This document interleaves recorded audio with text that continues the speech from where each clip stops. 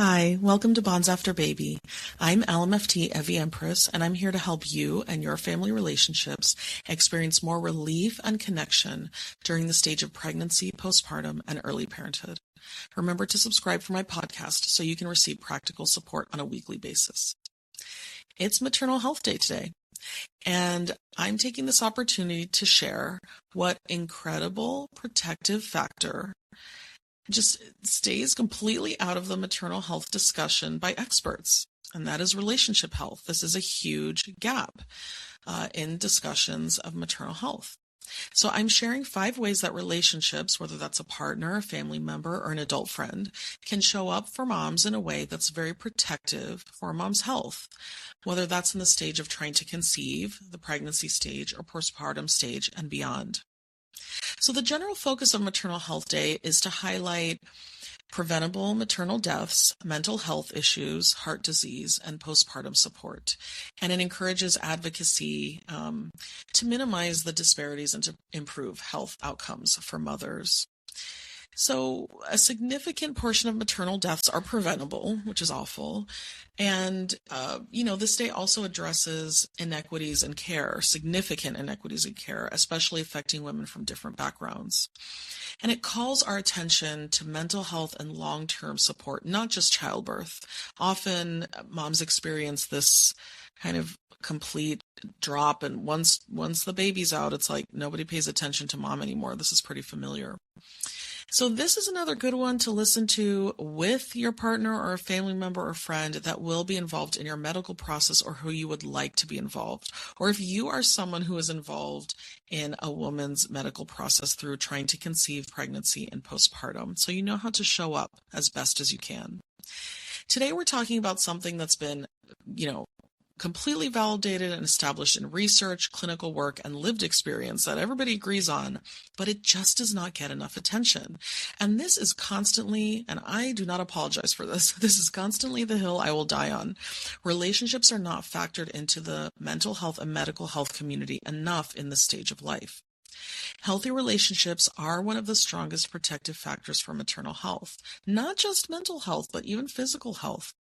We often focus on medical resources and sleep and hormones or individual resilience, and of course, all of those matter. But maternal mental health doesn't exist in isolation. Maternal health doesn't exist in isolation. It's shaped by the quality of a mother's relationships and help through the medical process. Of course, we know women's bodies go through so many changes, and our bodies are strong, but also vulnerable.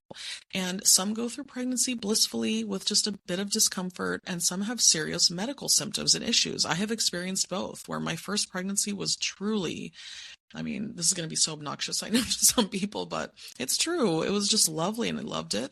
And my second ended in a lot of medical trauma.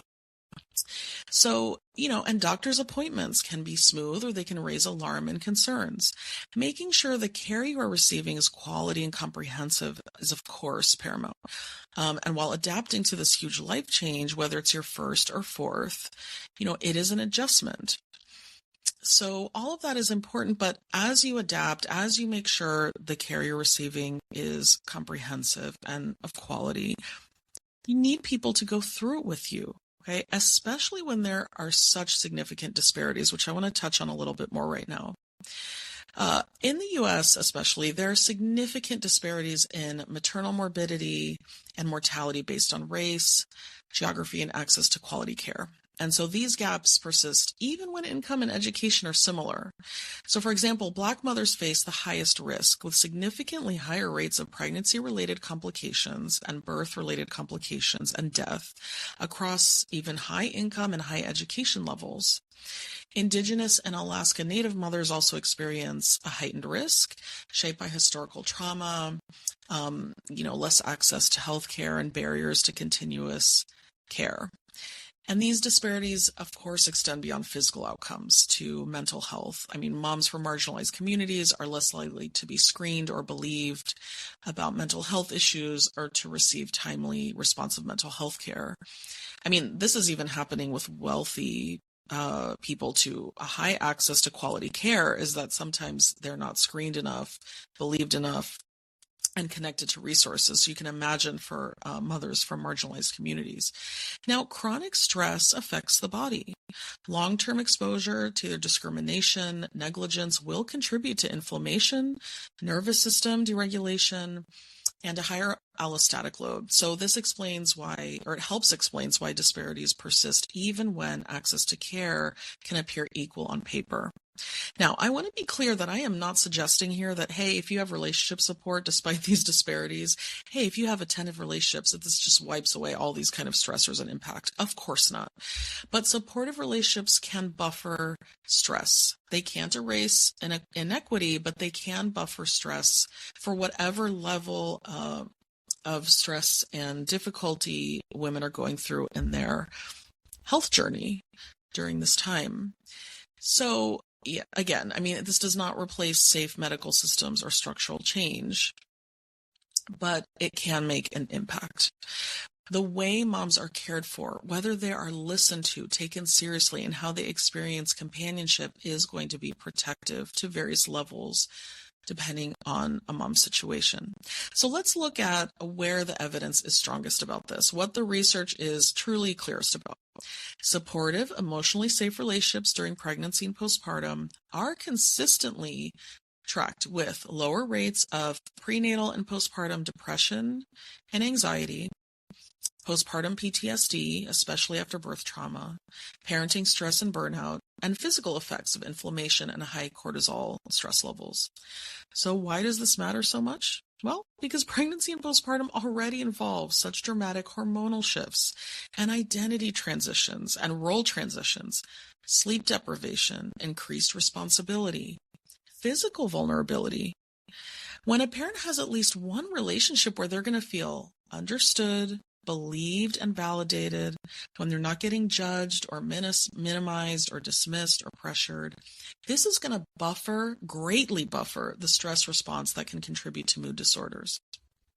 So if there's a lot of relationship conflict, emotional neglect, chronic invalidation, dismissiveness, these are some of the largest predictors of postpartum depression, actually. And sometimes it's even more predictive than obstetric complications. This is not about being too sensitive. It's about a nervous system under strain. We are wired to connect with others and receive support. So here's where we're going to look at what is truly helpful from a partner or other adult as moms go through this process.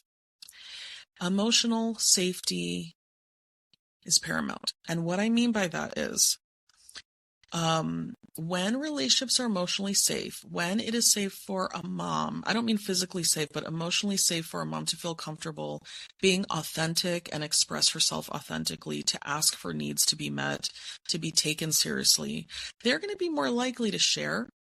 They're going to be more likely to ask for help before we get in crisis mode. They're going to feel seen as a person instead of just a caregiver in mom duty. Because when relationships are emotionally draining or unpredictable or hostile, that is going to create an additional burden. The burden's going to look like a mom monitoring others' reactions before feeling like she can share, managing conflict while she's extremely depleted. I know we have all been there. Suppressing needs to keep the peace. And that kind of chronic emotional pressure, people-pleasing, denial of the self, and self-neglect is strongly linked to anxiety, depression, and emotional exhaustion during the perinatal period. So it's not just what you're doing, it's what you're holding, right? Trying to manage rather than being able to be authentic with another adult. So next, partner support is a core protective factor. So it's one of the most predictive factors for maternal mental health, and perceived support. Basically, if a mom perceives that she is supported, if she believes that she's supported, that is a high predictor for mental health and even physical health. So support does not just mean helping with tasks. I mean, that is helpful and important, but it also means being attuned, validating rather than minimizing, sharing decision-making and the mental load. For example, like, is it only the mom's responsibility to find a lactation consultant or find, what provider takes your insurance and doing all that legwork? No, I mean, another adult can take some of that load off, right? Connecting with a therapist. Sometimes it takes a lot of research to find a therapist who is skilled in and trained in, perinatal maternal health. And so that takes time, right? There are things to do sometimes, and it's exhausting for moms. Actively protecting rest, boundaries, and recovery. When partner support is inconsistent, or when, another adult is critical or just unavailable, moms will be at a higher risk for depression and anxiety, feeling alone, even if they're surrounded by people, internalizing a sense of failure or inadequacy, and just that they don't matter. They don't matter enough.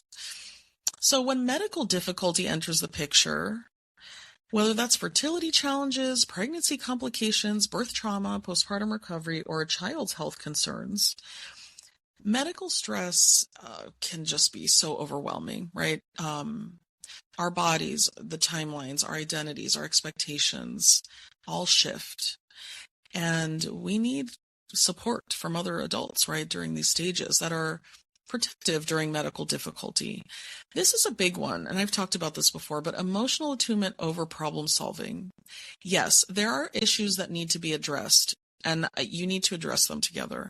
However, if a partner or another adult continually defaults to just fixing, researching, and staying quote unquote strong, then sometimes we miss actually emotional attunement. For example, that would sound like, I'll give you some concrete examples here. That's really hard, and I'm right here with you. I'm right beside you. You don't have to be positive right now. We don't have to have this all figured out right now. We're going to figure this out. Don't worry. Tell me what this feels like in your body. This kind of presence helps regulate the nervous system, and it'll help with feelings of isolation. Just a reassurance that you are there, that you're in it together, that you will figure things out together, and that all of mom's feelings are okay to have is incredibly soothing. Now, if you share meaning making, you're going through like a really special, intense, often difficult and challenging process together. So you might be experiencing grief together. You might be experiencing, anger towards, medical staff, disappointment. And it's important that you can acknowledge that and go through that together. If you always defer to phrases that are kind of minimizing, like, oh, at least such and such, and everything happens for a reason, then it can be very dismissive, when this is actually an opportunity for you to share an experience that you're having together. You need to validate the emotional weight of what's happening, not just for mom. I mean, this goes for, if you're the spouse or partner and you're a co-parent and you are also going through this too. And so why have it as if you are both, isolated on islands instead of together, going through this together? Both of you will feel less alone and less dismissed for your reactions, as if you have to shove everything under the rug just to stay strong. Actually, it helps us stay resilient when we can acknowledge our feelings and face them. Now, I touched on this a little bit before, but it's really important to share and reduce the mental load of medical appointments, managing medications, communicating with providers.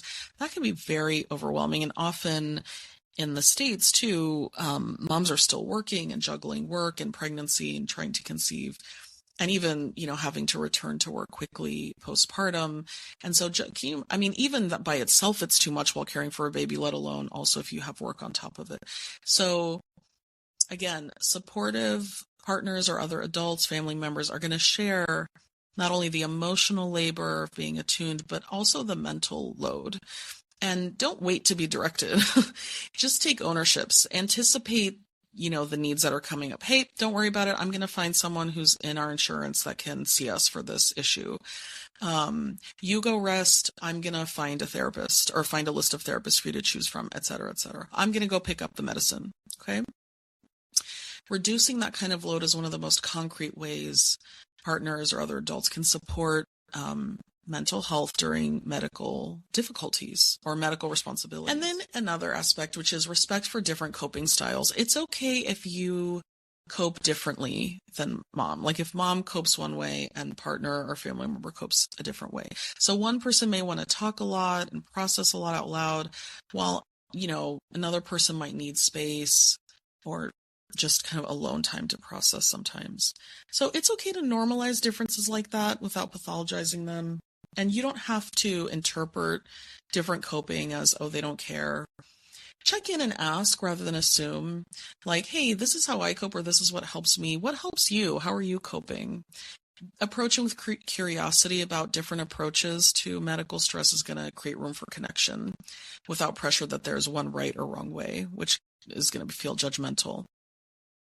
Now, often, even when you have resources, and especially when you don't, medical advocacy is going to be important. So medical systems can often be, unfortunately, overwhelming, re-traumatizing, dismissive, and strong support will include, when possible, attending appointments together, backing each other up when there are concerns. So it's like, don't dismiss each other's concerns in front of the doctor, asking questions, and slowing decisions down when necessary. So if a mom feels like she's not completely on her own making big decisions, it's going to reduce anxiety and just establish a sense of safety and shared responsibility that is soothing. Okay. Also, this is not a linear process, right? This is an up and down process. I'm sure a lot of people are nodding as I say that. So there's going to be emotional fluctuations, like an emotional roller coaster. There are going to be mood shifts, waves of grief. Sometimes someone will withdraw or be irritable. Hold steady with the emotional roller coaster that's coming without demanding reassurance. We got to be flexible with moms as they're going through so much medically, so much in their bodies, and to be careful about saying things like, oh, they're not coping well. That's not true. It is natural to have this be a huge adjustment that shouldn't be pathologized or criticized. And basically, when someone's struggling, they need support and they need to be connected to resources, not labeled that they're not coping well. And it's also important to protect relationships, this is especially with couples, from becoming only about the medical issues you're dealing with. So medical difficulties can dominate daily life, especially, when you're concerned about your health or your baby's health. And couples are going to benefit from just small moments of normalcy or pleasure, enjoying something, gentle gestures of connection that are beyond appointments and outcomes. Any opportunity for humor or, a shared ritual or just watching a funny show, touch. These moments are not dismissive. It's not ignoring the medical reality, but it helps you guys maintain that connection and warmth with each other as you go through this together. So when medical difficulty is met with attuned, shared, and respectful support, moms are going to be less likely to internalize blame or failure. They're going to be better able to tolerate uncertainty, and they're going to be more protected against anxiety, depression, and a trauma response. So the goal is not to eliminate distress. That's not possible. There will be distress and challenges, but it's to carry it together. Very important. And healthy relationships, again, don't just affect emotions, they affect the body. Lower cortisol levels, better immune functioning, reduced inflammation, lower risk of stress-related pregnancy complications. This is basically known as social buffering, the way emotional support just buffers the body's stress response. And chronic relational stress, especially postpartum and pregnancy, is going to keep the nervous system in a heightened state, which does make recovery and regulation harder. Okay? So we need to look at pregnancy and postpartum attachment needs.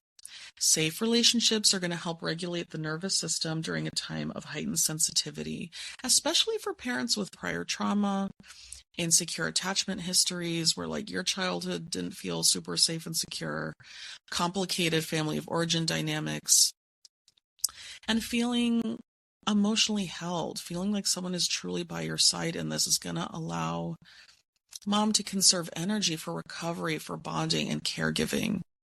Okay. Extended family is really important here.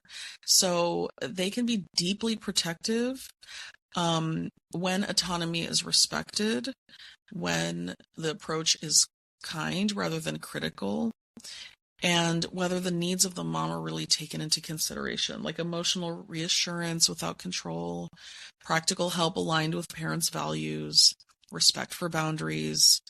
And it's going to be stressful if you're going to be undermining parental confidence, violating boundaries, pressure to perform gratitude for extended family members all the time while you're overwhelmed, right? Like you're not a circus animal while you're going through all this. So for many moms, the postpartum period reactivates like old issues that are there with family members or intensifies them, which can make these dynamics even more impactful.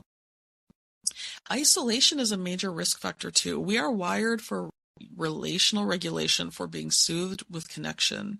So if we're getting isolated, if moms are getting isolated from peer relationships and friendships, community support, non-judgmental spaces to speak very honestly about all the colors of parenthood, stress will get internalized, negative self-talk will get internalized. There's likely to be increased anxiety and depression, ruminating, like having the same negative thoughts over and over, a sense of shame, and feeling broken instead of just realizing that there's an adjustment and a struggle that's pretty natural and you need support.